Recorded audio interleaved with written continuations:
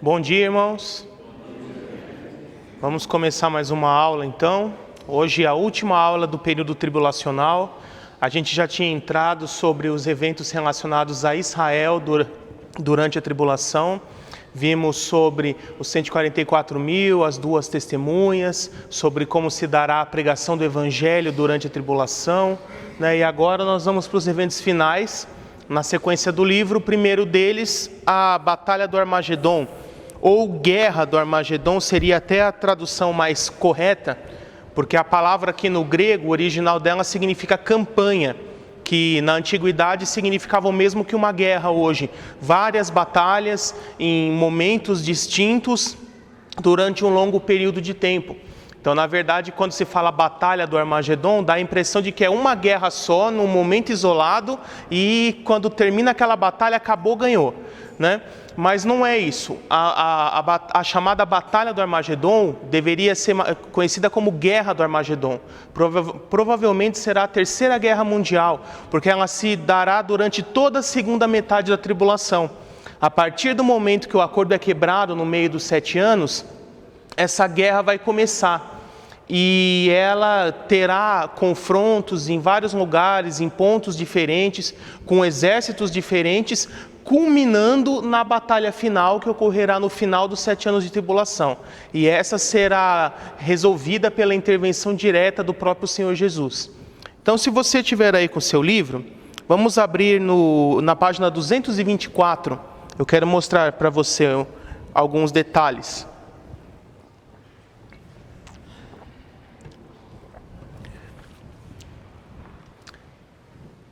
Nessa batalha, nessa guerra ao todo, nós podemos dizer que haverá 5 exércitos distintos.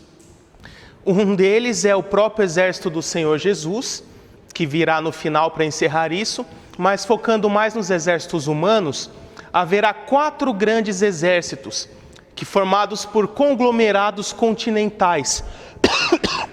Daniel 11 é uma profecia de dupla referência. Ao mesmo tempo, ele fala das guerras que ocorreram na antiguidade, nos últimos 2 ou 3 séculos antes de Cristo, entre os reinos gregos. Se vocês se lembram, eu falei que depois que Alexandre Magno morreu, os 4 principais generais dele dividiram o seu império grego em 4 partes, tomando por base os pontos cardeais. E depois esses reinos gregos começaram a brigar entre si pela supremacia, um tentando dominar e absorver o outro. E essas guerras são relatadas de forma profética em Daniel 11. Mas, como a partir do verso 36, essa profecia se torna uma profecia de dupla referência. Ela ocorreu historicamente na antiguidade, mas também aponta para o cenário do fim dos tempos, onde o anticristo também repetirá essa sequência de eventos na história. Como a partir do verso 36 em diante, 36 a 39, o texto fala do anticristo. E como nós sabemos que isso não se cumpriu plenamente no passado? Porque depois, Jesus, lá em Mateus 24, 200 anos depois dessas guerras e de Antíoco Epifânio, que foi o rei grego que mais se envolveu em tudo isso, Jesus diz assim: quando vocês virem o sacrilégio terrível no templo do qual falou o profeta Daniel. Se não me engano é o verso 15. Então, a partir daquele momento, Jesus ainda fala que essa profecia era futura, que esse evento do sacrilégio ser colocado no templo, que é descrito lá em Daniel 11, ainda não tinha ocorrido. O cumprimento pleno dele estava reservado para o futuro escatológico. Por isso, nós entendemos que de Daniel 11:40 até o final do capítulo, esses eventos, além de ter ocorrido como um paralelo histórico na antiguidade, se repetirão numa escala global no tempo do fim. E lá, na revelação de Daniel, o cenário do fim dos tempos, todos os exércitos mundiais se dividem em 4 grupos, que eu marquei aqui no final da página 224. O primeiro deles é o Império Romano revivido. Esse seria equivalente ao reino do oeste, o reino do ocidente, na profecia de Daniel. Englobaria toda a Europa e provavelmente também o continente americano. Porque aqui a gente sempre tem que tomar como centro Israel, Jerusalém. Então, a oeste seria oeste de Israel, ao norte seria norte de Israel, e assim por diante. Depois do segundo grupo, os povos asiáticos, aqueles mencionados em Apocalipse 16 como os reis do Oriente, que vão atravessar o rio Eufrates a seco, marchando com um exército de 200 milhões de homens. Então, esse será o conglomerado dos países asiáticos. Vai provavelmente ser liderado pela China, mas terá todos os outros, Índia, Japão e todos os outros países da Ásia. O outro, esse é chamado Reis do Oriente ou povos do leste. O outro aqui é o chamado Reis do Sul, Reino do Sul, que o próprio livro de Daniel fala que será liderado pelo Egito. Quem está ao sul de Jerusalém é o continente africano. Então esse será o conglomerado dos países africanos liderados pelo Egito, que além de ser a maior potência da África, também é o país que faz fronteira com Israel. Então com certeza é ali que todos os exércitos irão se aglomerar para fazer a invasão. Por último, a Confederação Russo-Pan-Islâmica, que nós já vimos na aula passada, quando eu falei da invasão de Gog, né? São todos o chamado Reino do Norte. Então seria todos os países eslavos, os países que estão ao norte de Israel, mais alguns países árabes que fazem a divisa ali entre os países eslavos e o Oriente Médio. Esse aqui foi o primeiro a atacar, o primeiro a começar essa guerra, pode dizer assim, que a guerra começou com ele, naquela invasão que nós mencionamos na aula passada, de Ezequiel 38 e 39, que será resolvida por uma intervenção do próprio Deus. Mas depois que esse grande exército é destruído, o que ocorre é um desequilíbrio nas forças, porque até então essas quatro forças estavam mais ou menos equilibradas, por isso que um não atacava o outro. Mas a partir do momento que o exército do norte é totalmente destruído, há um desequilíbrio nas forças. E o que ocorre? O exército do sul, que são os países africanos, vão querer fazer uma invasão no Oriente Médio, no momento em que o anticristo já estiver dominando, assentado num trono ali no templo em Jerusalém. Então, ele será obrigado a sair de Jerusalém, fixar seu acampamento entre o Mar Vermelho e o Mar Mediterrâneo, aliás, entre o Mar Vermelho e o Mar Mediterrâneo, Mar Vermelho não, o Mar da Galileia. Entre o Mar da Galileia e o Mar Mediterrâneo, que equivale ali à parte final, ou um pouquinho para baixo do meio, do Vale de Megido. Ali ele fixará seu acampamento para segurar essa invasão dos países africanos. E ali ocorrerá mais uma guerra dessa batalha, ele destruirá completamente os povos africanos. E nesse meio tempo, os países da Ásia, sabendo que está ocorrendo esse confronto, também marcharão em direção ao Oriente Médio. E esse é o exército de 200 milhões de homens que virá do Oriente.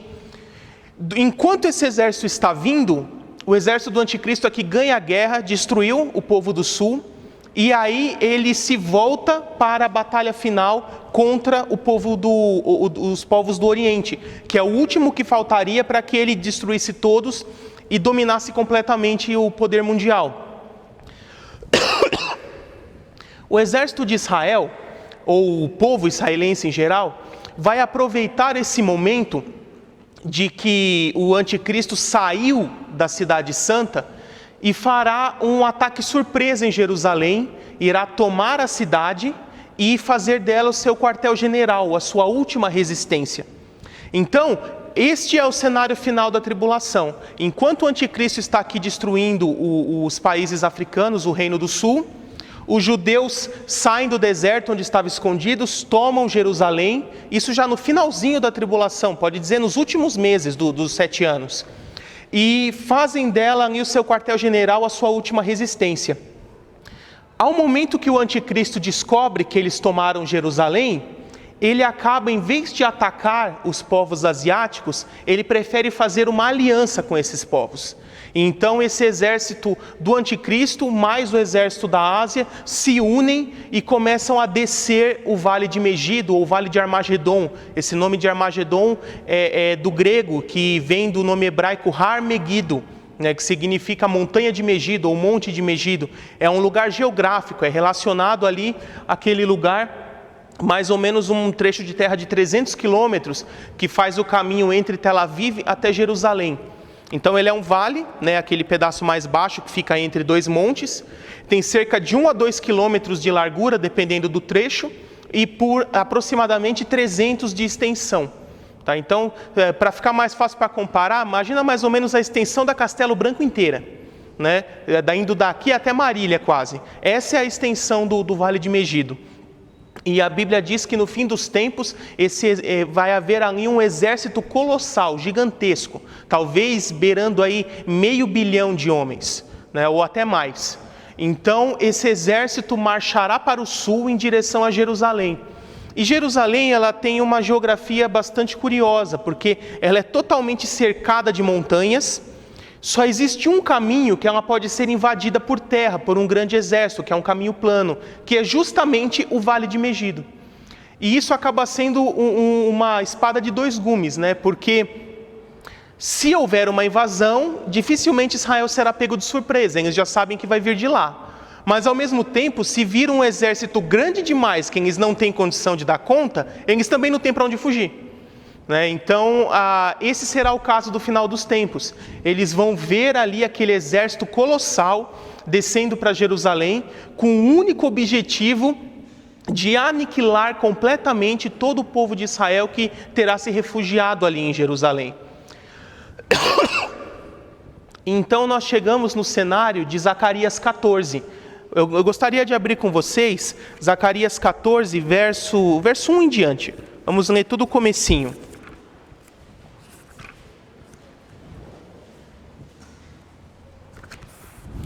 Zacarias é o penúltimo livro do Antigo Testamento, então fica mais fácil ir de trás para frente.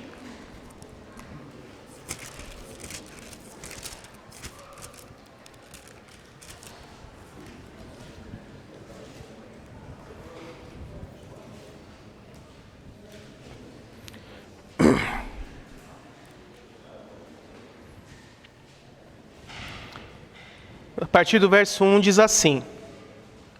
Já tem umas páginas rolando aí, esperar um pouquinho.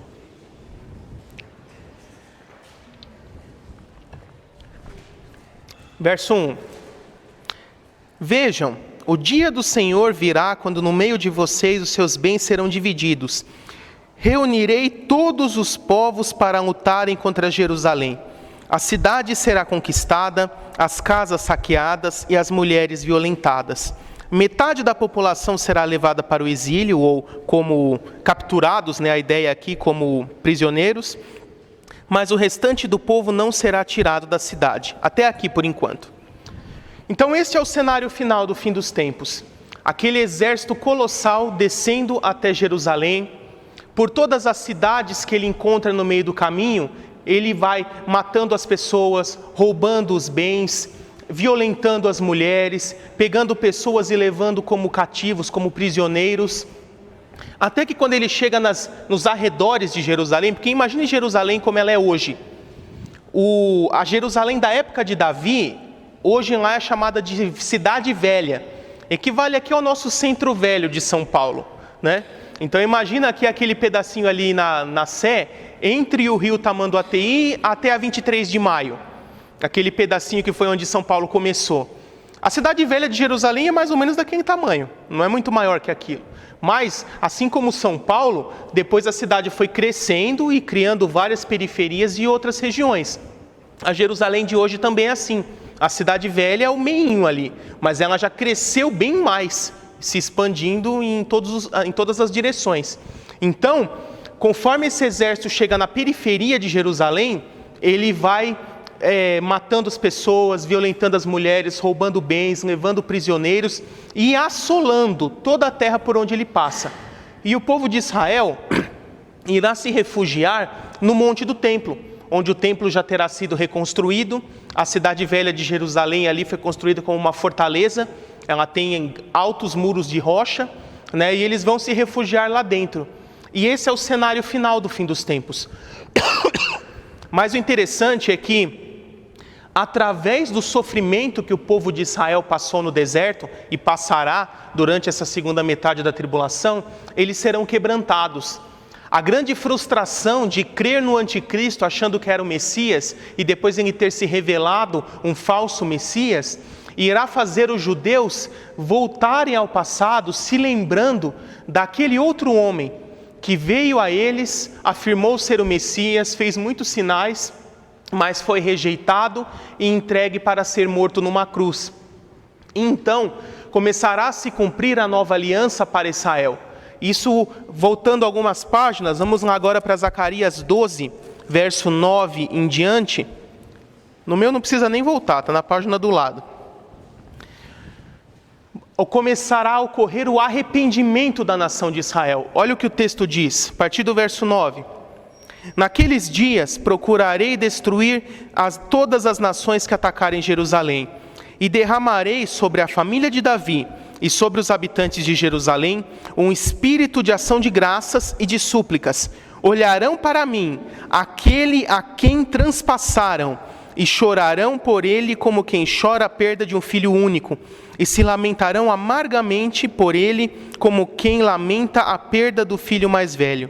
Naquele dia muitos chorarão em Jerusalém, como os que choraram em Hadad-Rimon, no vale de Megido. Todo o país chorará, separadamente cada família com suas mulheres chorará. A família de Davi com suas mulheres, a família de Natã com suas mulheres, a família de Levi com suas mulheres, a família de Simei com suas mulheres e todas as demais famílias com suas mulheres. Então aqui nesse momento ocorrerá o quebrantamento da nação de Israel. Eu acho muito impressionante essa profecia, porque isso aqui foi escrito 400 anos antes de Jesus nascer. E o texto diz, olharão para aquele a quem transpassaram. Então, de forma profética, esse texto já nos revelaria que o Messias viria uma vez, seria rejeitado, seria morto numa cruz, transpassado, e depois de muito tempo voltaria para Israel. Tudo isso 400 anos antes de Jesus nascer. Então eles se lembrarão daquele a quem eles transpassaram e chorarão amargamente por terem rejeitado o Messias. Então eles vão se arrepender, se quebrantar, crer no Senhor Jesus Cristo como o Messias de Israel. E esse Israel do fim dos tempos, que estará lá preso em Jerusalém, recluso na sua última resistência, será um Israel convertido, será um Israel que já estará em massa crendo no Senhor Jesus. E então chegará no momento em que a profecia que Jesus faz lá em Mateus 23, versos 37 a 39, se cumprirá. Porque lá em Mateus 23, se vocês quiserem pode abrir comigo, senão só acompanhem, está pertinho, né? Já é logo comecinho do Novo Testamento. Em Mateus 23, Jesus, depois de fazer uma severa crítica aos fariseus, ao povo de Israel em geral que estava o rejeitando, ele faz uma profecia, dos versos 37 a 39, que diz assim: Jerusalém, Jerusalém, você que mata os profetas e apedreja os que lhes são enviados. Quantas vezes eu quis reunir os seus filhos como a galinha reúne os seus pintinhos debaixo das suas asas, mas vocês não quiseram. Eis que a casa de vocês ficará deserta. Aqui ele já estava profetizando a queda de Jerusalém no ano 70, que de fato se confirmou. Mas olha o que ele diz depois disso. Pois eu lhes digo que vocês não me verão mais, até que digam, bendito é o que vem em nome do Senhor. Isso aqui é uma referência a um salmo messiânico, essa expressão, bendito é o que vem em nome do Senhor. O que vem em nome do Senhor é o Messias. Então o que Jesus estava querendo dizer é o seguinte: eu vou embora porque vocês me rejeitaram, e só voltarei para assumir o meu papel de Messias dessa nação, quando toda a nação afirmar que eu sou o Messias, quando toda a nação disser, bendito é o que vem em nome do Senhor, quando toda a nação de Israel me reconhecer como Messias. Então naquele cenário do final dos tempos, agora podemos voltar a Zacarias 14. Esse Israel convertido, preso dentro de Jerusalém, no momento em que ele ver aquele grande exército, do qual eles não têm a menor chance de vencer, eles vão levantar as mãos aos céus e clamar, Hosana. Sabe o que significa Hosana no original? Salva-nos. Então eles vão olhar para o céu e vão falar, Hosana, filho de Davi, salva-nos, bendito é o que vem em nome do Senhor. Então, quando toda a nação, crendo no Senhor Jesus, clamar pela vinda do Messias, O que vai acontecer, conforme o próprio Jesus disse? Não voltarei até que vocês digam. Então, quando disserem... Exatamente. Então, é por isso que eu deixo até como proteção de tela essa frasezinha aqui, ó. Isso aqui é Baruch haba b'Shem Adonai. Em hebraico significa bendito é o que vem em nome do Senhor. E aqui está em caracteres hebraicos, porque essa frase vai fazer o Senhor Jesus levantar do seu trono. Quando o povo de Israel em massa falar essa frase para o Senhor Jesus, é o momento em que se cumprirá o que está lá a partir do verso 3 de Zacarias 14, que nós vamos ver agora em sequência. Diz assim: depois o Senhor sairá para a guerra contra aquelas nações, como ele faz em dia de batalha. Naquele dia, os seus pés estarão sobre o Monte das Oliveiras, a leste de Jerusalém, e o monte se dividirá ao meio, de leste a oeste, por um grande vale. Metade do monte será removido para o norte, e a outra metade para o sul. Vocês fugirão pelo meu vale entre os montes, pois ele se estenderá até Azel. Fugirão como fugiram do terremoto nos dias de Uzias, rei de Judá. Então o Senhor, o meu Deus, virá com todos os seus santos. Então isso é que acontecerá. No momento em que a nação de Israel clamar pelo Messias, o Messias se levantará do seu trono e voltará a este mundo com seu exército celestial. Pisará com seus pés no Monte das Oliveiras. E aqui eu fiz um mapinha desse trecho. Aqui é a cidade de Jerusalém, o Monte do Templo, né? Aqui é a cidade velha. Então depois aqui começa uma descidinha para o Vale de Cedron, que hoje fica um cemitério. Depois ele começa uma subida de novo para o Monte das Oliveiras. E atrás do Monte das Oliveiras fica Azel. O lugar em que o Senhor Jesus irá colocar os pés nesse mundo é aqui. É exatamente o mesmo lugar aonde ele subiu aos céus, conforme está lá em Atos 1, verso 9 a 12. Então, quando ele tocar os seus pés nesse monte, ocorrerá um grande terremoto, e esse terremoto irá rachar o Monte das Oliveiras no meio. Metade será deslocado para o norte e a outra metade para o sul. Depois eu vou explicar isso com mais detalhes. Então o Senhor Jesus virá por esse caminho, entrando por aqui, depois eu vou explicar a questão da porta dourada, e entrará na cidade velha. E esse caminho que ele tiver criado, servirá como rota de escape para todo o povo de Israel que vai estar preso aqui. Então, alguns céticos acham difícil no passado, Deus, através de Moisés, ter aberto o Mar Vermelho para o povo de Israel passar. Deus ter aberto água. Mas saiba que a profecia nos ensina que no final dos tempos, o Senhor Jesus irá abrir uma montanha para o Senhor passar. O Senhor Jesus irá abrir a rocha. E por esse caminho o povo de Israel irá até Azel e lá permanecerá em segurança, enquanto o Senhor Jesus irá assumir a batalha. Mas antes disso, eu quero mostrar para os irmãos mais alguns detalhes dessa profecia.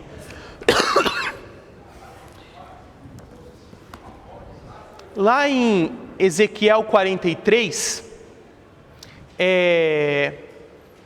existe uma profecia, mas antes disso eu quero contar um pouquinho o contexto histórico. Essa profecia de Ezequiel 43 profetiza que o Messias entraria por essa porta aqui, chamada Porta Oriental. O muro da cidade velha de Jerusalém tinha 3 portas para cada lado, na antiguidade, né? E essa que fica mais ou menos aqui, era chamada Porta Oriental. Ela era o caminho direto de quem entrava no templo, porque se a pessoa entrasse por ela, ela já dava direto no pátio do templo. Era a única porta de Jerusalém que já ia direto para o templo. Agora vamos ler lá a profecia de Ezequiel 43, para vocês verem o que ela fala. Ezequiel, bem no comecinho do capítulo 43.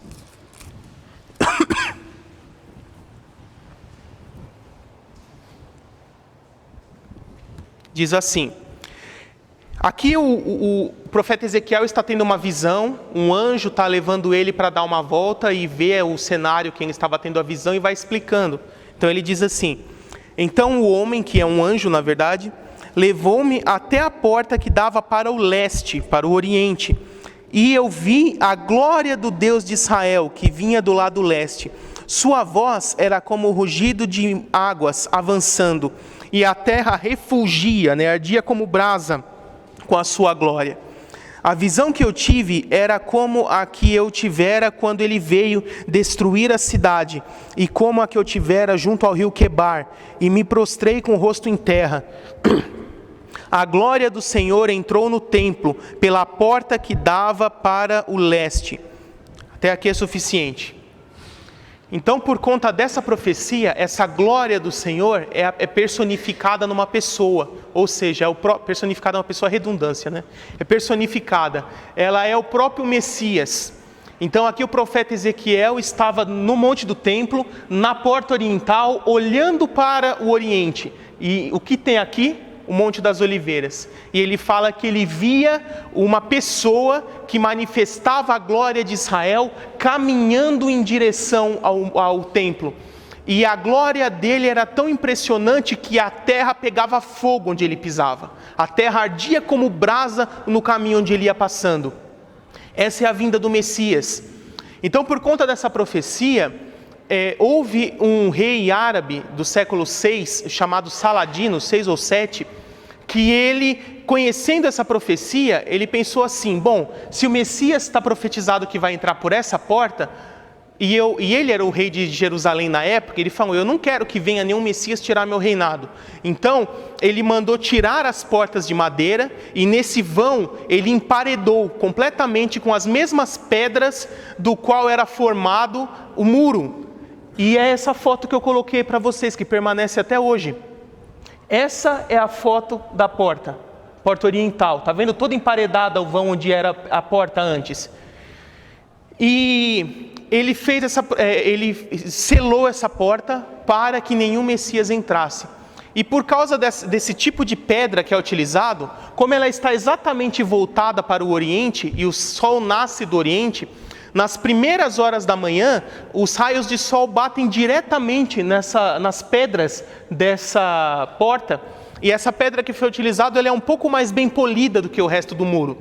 Então, ela reflete a luz do sol nas primeiras horas da manhã, dando a visão de quem estiver no Monte das Oliveiras, de que a porta é feita de ouro, por causa da luz do sol que ela reflete. E por isso, ela passou a ser chamada de Porta Dourada, e assim é conhecida até hoje. Perceba que esse rei tentou impedir o cumprimento da profecia. E posteriormente, lá no século XVI ou XV, o Império Otomano, que dominou esse local, fez mais uma coisa para tentar impedir o cumprimento dessa profecia. Eles leram lá, provavelmente na carta aos Hebreus ou até em Zacarias 6, de que o Messias seria ao mesmo tempo rei e sumo sacerdote.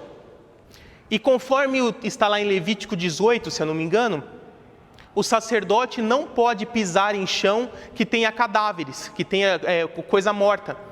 Então eles pensaram: olha que ideia genial, se o Messias vai ter que passar por esse caminho, vamos tornar esse lugar aqui um cemitério, porque aí isso se tornará uma terra corrompida, o Messias não poderá pisar, e se pisar ficará impuro, então assim nós impediríamos a vinda do Messias. Um fechou a porta, o outro fez um cemitério na frente do caminho, Mas o que eles não sabiam era que, na verdade, eles estavam cumprindo mais ainda a profecia.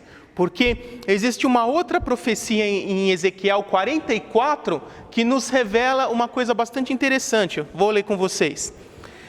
Depois o homem trouxe-me de volta para a porta externa do santuário, que dava para o leste, é a mesma, e ela estava trancada. O Senhor me disse: esta porta deve permanecer trancada, não deverá ser aberta, ninguém poderá entrar por ela, deve permanecer trancada, porque o Senhor, o Deus de Israel, entrou por ela. Isso de fato ocorreu no passado. Se vocês lerem lá no Antigo Testamento, quando a glória do Senhor vem para o templo, quando ele é inaugurado na época de Salomão, ela vem por essa porta. E depois a glória do Senhor vem de novo na pessoa do Filho, lá em Mateus 21, na entrada triunfal. Na entrada triunfal, Jesus entrou por essa porta. Como nós sabemos? O texto diz que ele veio do Monte das Oliveiras e foi direto para o templo. O único caminho é essa porta.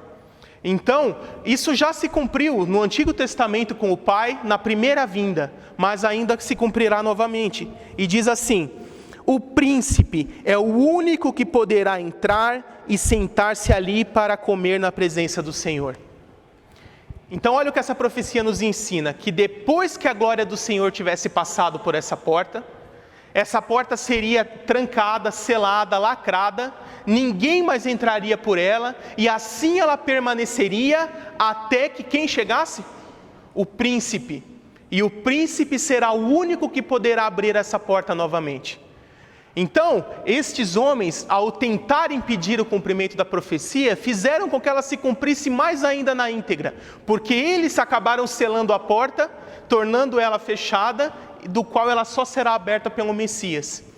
E sabe como isso tudo se resolverá? A questão do solo impuro, da porta trancada. Zacarias 14 já nos deu a resposta.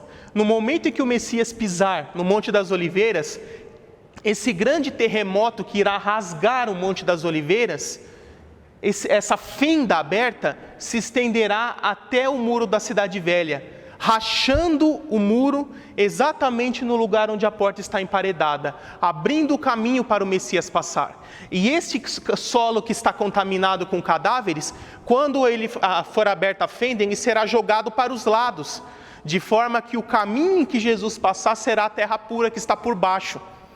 Tá? Então, Zacarias 14 já nos dá a resposta para tudo isso. Esse será o cenário em que Jesus irá voltar. Então, agora nós podemos ir lá para Apocalipse 19, para vermos o que vai ocorrer com o anticristo e seu exército no momento que o Senhor Jesus voltar.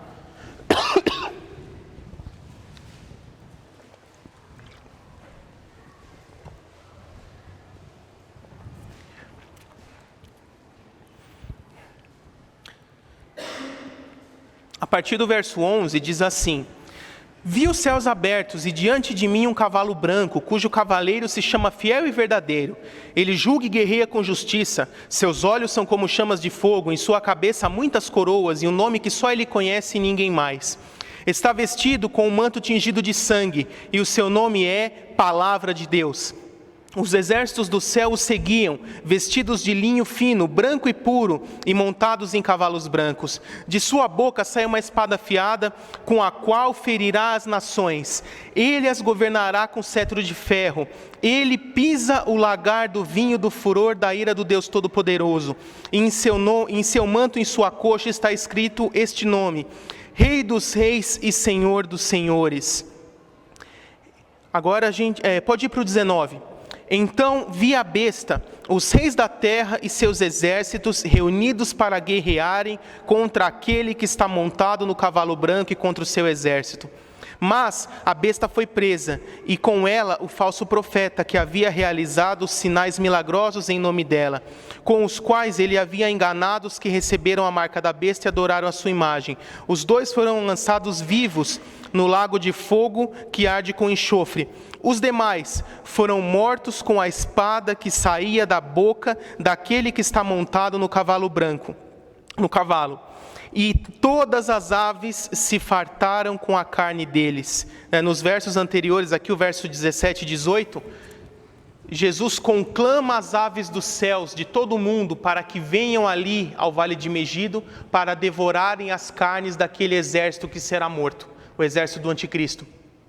Então aqui, quando o anticristo chegar no monte do templo, achando que a vitória está garantida, ele vai dar de cara com o Senhor Jesus Cristo glorificado e seu exército celestial.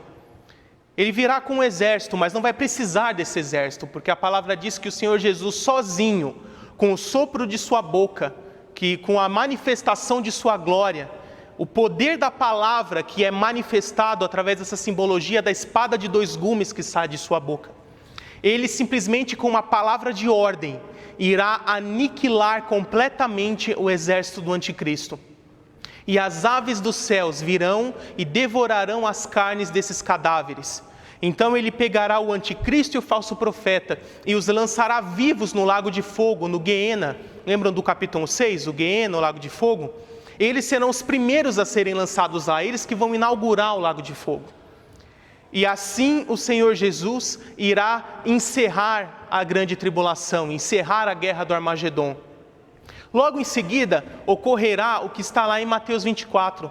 Jesus dá ordem aos seus anjos nos 4 cantos da terra para que ajuntem todos os sobreviventes da tribulação no vale de Josafá, como diz também Ezequiel 20 e Malaquias 3.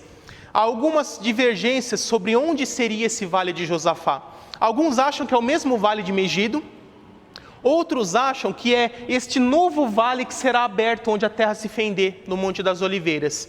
Eu particularmente sou mais favorável de que seja aqui, porque o vale de Megido estará todo cheio de ossos, de cadáveres, aves comendo as carniças. O outro texto diz que ele ficará lavado de sangue de ponta a ponta, o vale de Megido, 300 quilômetros de sangue, à altura do freio dos cavalos. Sabe o que é isso? Meio metro de sangue por 300 quilômetros. O vale de Armagedon vai virar um mar de sangue, por causa desses milhões e milhões de pessoas que morrerão lá. Então, eu acho mais provável que as pessoas sobreviventes da tribulação serão ajuntadas aqui. E o que o Senhor Jesus irá fazer nesse momento? Ele irá fazer um julgamento sobre todos os sobreviventes da tribulação. Porque desses sobreviventes haverão convertidos e haverão ímpios. E só os convertidos poderão entrar e participar do milênio. Então, o Senhor Jesus faz o julgamento. Esse julgamento é subdividido em 2 partes. Primeiro, o julgamento de Israel, que está lá em Ezequiel 20. E depois, o julgamento das nações, dos gentios, que está lá em Mateus 25, versos 31 a 46. A forma com que será feito o julgamento é igual. A única diferença é que ele vai julgar primeiro Israel e depois julgar os gentios. Mas são 2 partes de um mesmo julgamento. Então, lá em Mateus 25, Jesus usa a simbologia de como o pastor de ovelhas separa as ovelhas dos bodes. A ideia ali, o texto nos passa o seguinte: eles faziam, imagina que as ovelhas estão todas em campo aberto, pastando. Então, no final do dia, ele quer guardar as ovelhas de volta no curral, mas elas estão misturadas com bodes. Então, o que eles fazem? Eles montam uma cerca mais ou menos em forma de funil, onde as ovelhas vão se afunilando, até que vira um corredorzinho que passa só uma ovelha de cada vez. E o pastor, no caso aqui, fica no final desse corredor. Para um dos lados é o caminho para o celeiro, para o outro, ou para o curral, para o outro lado é um caminho só para soltar, para deixar livre, solto. Então, conforme os animais vão chegando, ele vai separando um por um. Ele olha e fala assim: esse aqui é a ovelha. Aí ele dá uma batidinha com o cajado e manda para o curral. Vem o outro: esse aqui é bode, você não vai entrar, você vai para fora. E aí, um por um, ele vai separando os animais. E é assim que Jesus fará nesse julgamento. Ele fala que ele, como um pastor, separará, todos passarão debaixo do seu cajado. É o momento em que ele vai analisar a pessoa. Se for ovelha, ele vai mandar para o vínculo da aliança: você pode entrar no milênio. Se for bode, se for ímpio, ele vai dizer: aparta-te de mim, você vai para o fogo eterno, o lugar de choro e ranger de dentes, porque você não é ovelha. E assim ele fará com cada um dos sobreviventes da tribulação. Os perdidos, os reprovados, irão para a perdição eterna, e os aprovados terão o direito de poder participar do milênio. Logo em seguida, depois disso, ocorre a última etapa da primeira ressurreição. A primeira ressurreição é só de salvos. Então, quem que ainda falta ressuscitar? Os santos do Antigo Testamento e mais os que morreram durante a grande tribulação. Estes serão os que vão ressuscitar logo depois desse julgamento, tudo isso antes do milênio começar, tá? E Jesus ressuscita todos os salvos que ainda faltavam, que são os do Antigo Testamento e os da tribulação, também em corpos imortais, glorificados, com o mesmo status que a igreja já tinha. Estes santos se unem à igreja glorificada, e esse já é o conjunto de todos os salvos que deveriam ressuscitar. Então, a partir daquele momento, o paraíso lá dentro do Hades está vazio, porque todos os salvos já estão sendo ressuscitados naquele momento. Só sobra para ressuscitar os não salvos lá do outro lado. Então, todos esses salvos se reúnem com os aprovados da tribulação, do julgamento que Jesus fará, e ocorre a última etapa das bodas do Cordeiro, que é a ceia. Lembra que eu falei para vocês que na tradição judaica, no último dia da festa de casamento, tinha o maior banquete para encerrar a festa? E da mesma forma será feito assim. Dessa ceia das bodas do Cordeiro, a Bíblia diz que participarão Abraão, Isaque, Jacó e os patriarcas e os profetas, porque ela será depois da ressurreição dos santos do Antigo Testamento. Então todo esse grupo de salvos reunidos terá um grande banquete que ao mesmo tempo é a festa de encerramento das bodas, mas também é a festa de inauguração do milênio, do reino messiânico. A Bíblia também nos diz que Satanás será preso durante todo o milênio, todos os 1000 anos, para que não possa tentar as nações. Então esses serão os eventos que farão a transição do fim da tribulação para o início do milênio.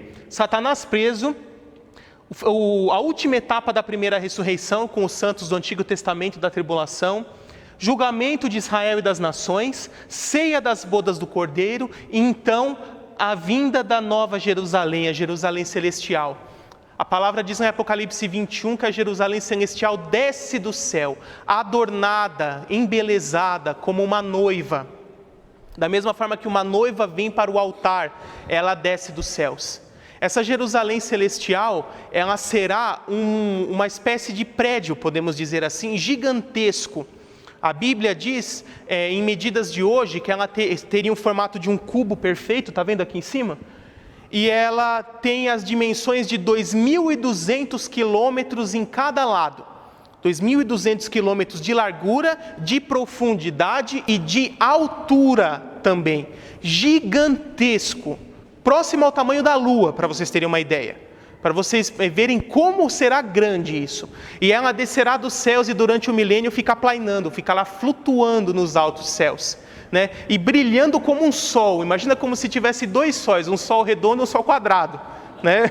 Mais ou menos assim. Nesse momento, no bom sentido, todo mundo vai ver o sol quadrado, né? No bom sentido, o sol nascer quadrado. Então, e esse lugar será a morada dos santos. O pessoal fala assim, mas já os ressurretos vão continuar vivendo na terra, vivendo assim, vizinho de porta com os ainda mortais, porque esses que vão entrar, sobreviventes da tribulação, continuarão mortais, se casarão, terão filhos e repovoarão a terra. E como eles vão viver junto com os ressurretos? Os ressurretos, eles vão habitar na Jerusalém celestial, que ficará plainando nos ares do qual só eles terão acesso. Os mortais não terão acesso ainda. E os santos, nós, os santos glorificados, teremos acesso à terra também, mas apenas para desempenharmos nossas funções. Então, traduzindo para termos mais modernos, seria como assim: endereço residencial, Jerusalém Celeste. Endereço comercial, onde é que você trabalha? Terra. O santo glorificado, a ideia vai ser assim: nós ficaremos na terra só para desempenharmos as funções administrativas que o Senhor Jesus irá nos dar. E isso é pelo menos parte, talvez até todo, o galardão que nós teremos recebido lá no tribunal de Cristo. Né? Jesus diz lá em Apocalipse 2 e 3, nas cartas das 7 igrejas, ao que vencer darei autoridade sobre as nações. Né? E aí isso estará se cumprindo no milênio. Conforme o grau de galardão que cada um tiver, será o grau de autoridade que ele terá durante o milênio. Comparando aos dias de hoje, aquele com um grau mais alto será um presidente, aquele com um grau menor, um governador, com um grau mais baixo, um prefeito, e assim por diante. Tá? Isso será pelo menos parte do galardão que será dado para que cada um exerça suas funções de autoridades delegada pelo próprio Messias durante o reino messiânico. Pois não, irmão?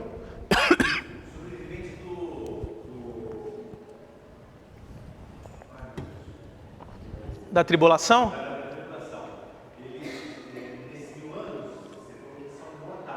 Sim. Isso é um assunto que eu também vou tratar, só que na próxima aula.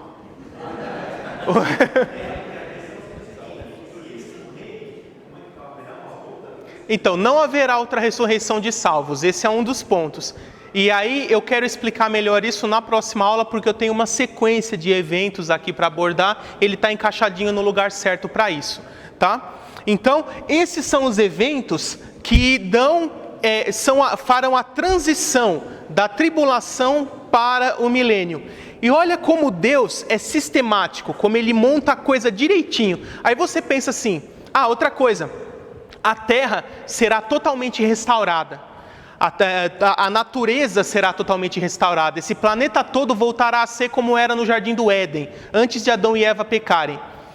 Ezequiel 40 em diante, até o final, no 48, tudo que ele fala ali ocorrerá no milênio, é sobre o milênio.